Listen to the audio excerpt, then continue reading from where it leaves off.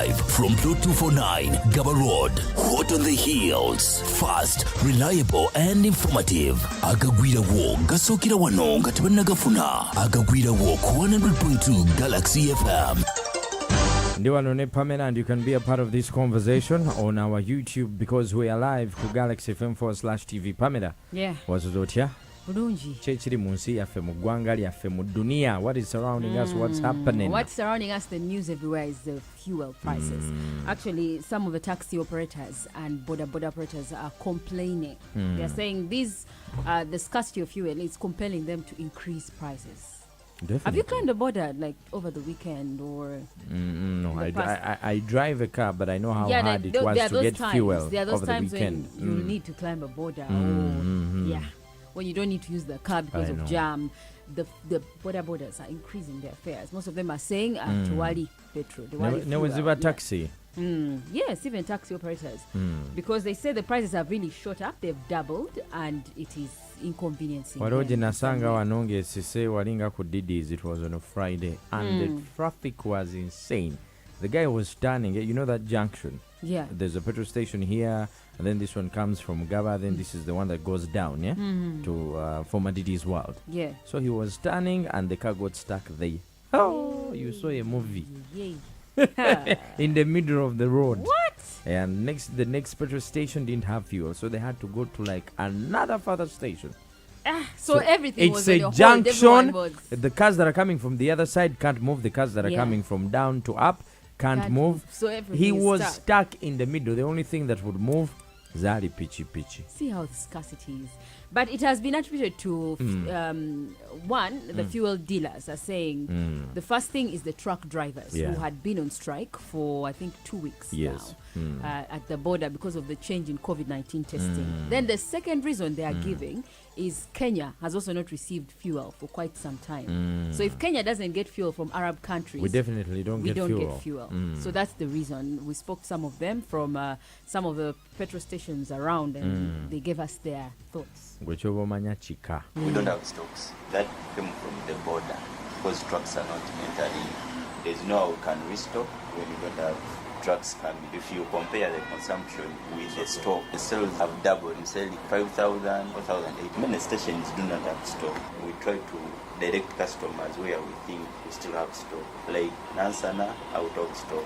Namungona, out of stock. So they are sending them. The ongoing double testing of the COVID, testing the drivers, because the driver is coming from the other side with a negative result, and they are testing them again here, and they have to wait for the result. And that $30 charging them once again is the one that is causing the delay there, because as per now there are many trucks waiting over the other side to be cleared.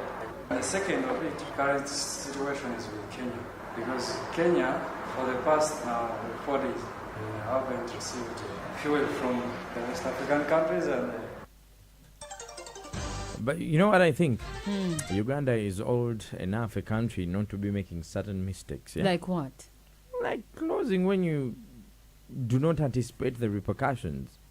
If the trucks delay on the border, the supply of whatever, fuel, other commodities, it's going to be bloody. There was a statement from the Ministry of Energy last week on Friday. They actually said the fuel crisis has been going on even before the truck drivers started their strike. They said this has been an ongoing thing. I think for them, they're also attributing it to fuel not coming in. From Kenya. From Arab countries. But the delays on the border just made it worse. Yeah. Because even the little that would come into. Exactly. So because I'm not sure if the trucks have fuel. Some of them do have fuel. Look, listen, up country, I'm after Gagumo Biri. And that was over the weekend. We are now into a week. I mean, we're now into a new week. I'm after going to Kwevidi. Now, you see, when fuel shoots up, it's a concern for everyone. Because doctors can't move, teachers can't move, the one who sells tomatoes will have to increase because her transport back home has also increased.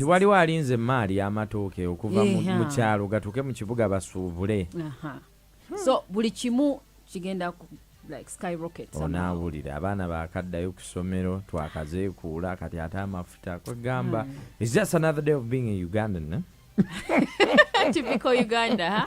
Join the conversation kwa mafuta gakunyize gatyeyo so far. Agunoti musanve, munoti biri, and of course on our live on YouTube, Galaxy FM /TV. Now, security operatives are still hunting for the UPDF officer who shot dead a traffic officer yesterday in Tinda. This man shot dead. He didn't shoot him dead. He actually shot him in the leg, and he's called Constable Robert Mukezeri. He's the one who was shot. So he was rushed to hospital. Fortunately, they shot him in the leg, and he's recovering. But this UPDF officer is on the run since the incident happened. The traffic officer was trying to tow his Toyota Prado that was involved in an accident. And in the process, they had an exchange, a heated exchange, and then he shot at the traffic officer. For a very long time in this country, the most disciplined people have always been the people from the forces, UPDF, who are very... I don't know if I can say that. Listen, for a very long time. I said for a very long time. I think we've had... But it has started to being so we've shaky seen several incidents of UPDF soldiers who are coming and shooting their wives, going to a bar in a drinking spree, shooting. That's a wife. That's a family issue. But UPDF with Wanainji, those guys have been... Are you sure? Listen, there are times in this country where you would have rather been handled by the UPDF than the police. Are you serious? Yeah.